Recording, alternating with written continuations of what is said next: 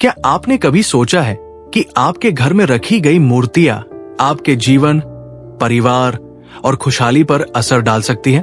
अक्सर लोग सजावट के लिए मूर्तियों का इस्तेमाल करते हैं, लेकिन क्या आप जानते हैं कि कुछ मूर्तियां आपके घर में नकारात्मक ऊर्जा ला सकती हैं और आपके जीवन में परेशानियां पैदा कर सकती हैं? सही मूर्तियां सकारात्मक ऊर्जा का संचार करती हैं, सुख शांति और समृद्धि लाती हैं, लेकिन गलत मूर्तियां नकारात्मक प्रभाव डाल सकती हैं। हमारे पूर्वजों और वास्तुशास्त्र में भी इस विषय पर कई नियम और दिशा निर्देश हैं। घर में मूर्तियों को रखने का तरीका, उनकी दिशा, उनका आकार और उनके स्थान का चयन बेहद महत्वपूर्ण माना गया है।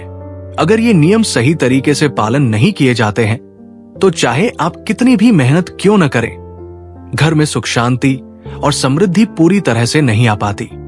आज के इस वीडियो में हम आपको बताएंगे कि कौन कौन सी मूर्तियां आपके घर में नहीं रखनी चाहिए। हम आपको बताएंगे उनके पीछे का कारण, उनके नकारात्मक प्रभाव और कैसे आप अपने घर में सही और शुभ मूर्तियों का चयन करके नकारात्मक ऊर्जा को दूर कर सकते हैं। क्या आपको पता है कि कुछ मूर्तियां सिर्फ घर की शोभा बढ़ाने के लिए नहीं होती, बल्कि उनके पास ऊर्जा भी होती है जो घर के सदस्यों के जीवन को प्रभावित कर सकती है?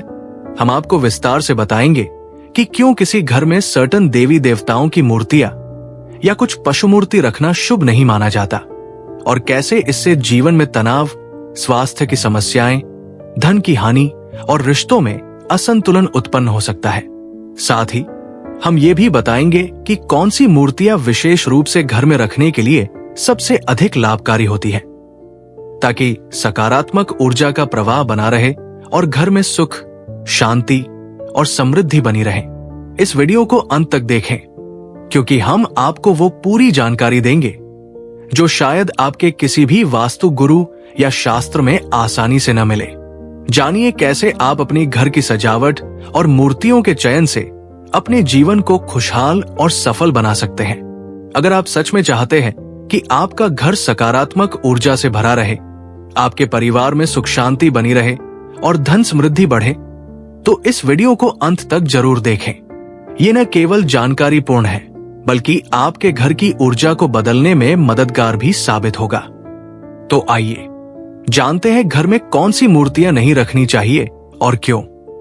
घर में मूर्तियां रखने का मुख्य उद्देश्य सकारात्मक ऊर्जा, पॉजिटिव एनर्जी और भक्ति का वातावरण बनाए रखना होता है। वास्तुशास्त्र और धार्मिक मान्यताएं कुछ मूर्तियों और प्रतीकों को घर के लिए उपयुक्त नहीं मानती, क्योंकि वे उग्रता, अस्थिरता या नकारात्मकता को आकर्षित करते हैं। 1. खंडित और क्षतिग्रस्त मूर्तियां। ये सबसे महत्वपूर्ण नियम है। घर के पूजा स्थान पर या कहीं भी टूटी फूटी, खंडित मूर्तियां, तस्वीरें या धार्मिक वस्तुएं नहीं रखनी चाहिए। अशुभता का कारण, खंडित मूर्तियों की पूजा करना अशुभ माना जाता है। मान्यता है कि ऐसी मूर्तियां पूजा का फल नहीं देती और घर में नकारात्मकता लाती है। समाधान: यदि कोई मूर्ति या तस्वीर गलती से टूट जाए तो उसे तुरंत सम्मानपूर्वक पूजा घर से हटा दे। इसे किसी पवित्र नदी या जल स्रोत में विसर्जित कर देना चाहिए। 2. उग्र और रौद्र स्वरूप, एग्रेसिव फॉर्म्स। देवी देवताओं के कुछ स्वरूप शांत और आशीर्वाद देने वाले होते हैं, जबकि कुछ उग्र और संहारक होते हैं। घर में हमेशा शांत स्वरूपों को ही स्थान देना चाहिए। नटराज की मूर्ति। भगवान शिव का नटराज स्वरूप तांडव नृत्य को दर्शाता है, जो सृष्टि के विनाश का प्रतीक है। इसे घर में, खासकर लिविंग रूम में नहीं रखना चाहिए, क्योंकि ये घर में अस्थिरता और बेचैनी ला सकता है। उग्र देवी देवता, मां काली, भगवान भैरव या हनुमान जी के अति क्रोधित स्वरूप वाली मूर्तियों को घर के पूजा स्थान के लिए कम उपयुक्त माना जाता है। यदि इन्हें रखना भी हो तो पूजा विधि और नियमों का पालन अत्यंत सख्ती से करना चाहिए। 3. नकारात्मकता दर्शाने वाली वस्तुएं। कुछ कलाकृतियां या वस्तुएं अपने स्वरूप के कारण नकारात्मक ऊर्जा को दर्शाती है, इसलिए इन्हें घर में रखने से बचना चाहिए। महाभारत या युद्ध के दृश्य। महाभारत या किसी भी युद्ध, लड़ाई या क्रोध को दर्शाने वाली तस्वीरें या पेंटिंग घर में नहीं रखनी चाहिए। वास्तु के अनुसार ये परिवार के सदस्यों के बीच कलह और वैचारिक मतभेद को बढ़ाते हैं। डूबती हुई नाव या जहाज। डूबती हुई नाव या जहाज की कोई तस्वीर या मॉडल घर में नहीं रखना चाहिए।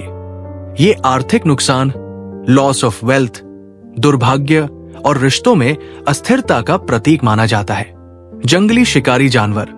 घर में ऐसे जंगली जानवरों की तस्वीरें या मूर्तियां नहीं रखनी चाहिए जो आक्रामक मुद्रा में हो, जैसे बाघ, तेंदुआ। ये घर में हिंसक और अस्थिर ऊर्जा का संचार करते हैं। बंद पड़ी घड़ी। घर में बंद पड़ी या खराब घड़ी नहीं रखनी चाहिए। ये रुके हुए समय और प्रकृति में बाधा का प्रतीक मानी जाती है। 4. मूर्तियों के संख्या और स्थान के नियम। पूजा घर में संख्या और स्थान का विशेष ध्यान रखना चाहिए, क्योंकि गलत व्यवस्था नकारात्मक परिणाम दे सकती है। एक ही देवता की 3 मूर्तियां। मान्यता है कि किसी भी देवी या देवता की 3 मूर्तियां या तस्वीरें एक साथ नहीं रखनी चाहिए। इससे बचें। शिवलिंग का आकार। घर में शिवलिंग को अंगूठे के आकार से बड़ा नहीं रखना चाहिए। छोटे शिवलिंग को नियमित रूप से जल चढ़ाना और उसकी साफ सफाई जरूरी है। पूर्वजों की तस्वीरें। दिवंगत पूर्वजों की तस्वीरों को कभी भी देवी देवताओं के साथ पूजा घर में नहीं रखना चाहिए। उन्हें हमेशा घर के दक्षिण पश्चिम, साउथ वेस्ट कोने में एक अलग स्थान पर लगाना चाहिए। सीढ़ियों के नीचे या बेडरूम में। पूजा घर या भगवान की मूर्तियों को कभी भी सीढ़ियों के नीचे, बाथरूम की दीवार से सटाकर या बेडरूम में नहीं रखना चाहिए। ये स्थान अशुद्ध माने जाते हैं। 5. विशेष प्रकार की वस्तुएं। शनिदेव की प्रतिमा। आमतौर पर शनिदेव की प्रतिमा को घर के अंदर पूजा घर में स्थापित करने से मना किया जाता है। इनकी पूजा हमेशा घर के बाहर या मंदिर में ही करनी चाहिए। टूटा हुआ आईना। टूटा हुआ आईना नकारात्मक ऊर्जा को बढ़ाता है और दुर्भाग्य लाता है। इसे तुरंत घर से हटा देना चाहिए। अखंडित शंख। घर में अगर शंख रखना है तो वो अखंडित होना चाहिए और नियमित रूप से बजाना चाहिए। धूल चढ़ी मूर्तियां। यदि आप किसी मूर्ति को दैनिक पूजा नहीं दे सकते हैं और उस पर धूल जमती रहती है, तो ऐसी मूर्तियों को घर में रखने से बचना चाहिए, क्योंकि ये अनादर माना जाता है। अंतिम निष्कर्ष। घर में मूर्तियों का चयन हमेशा शांति, करुणा, समृद्धि और आशीर्वाद दर्शाने वाले स्वरूपों के आधार पर करना चाहिए। यदि कोई मूर्ति आपके मन में शांति के बजाय भय या बेचैनी उत्पन्न करती है, तो उसे हटा देना ही बुद्धिमानी है।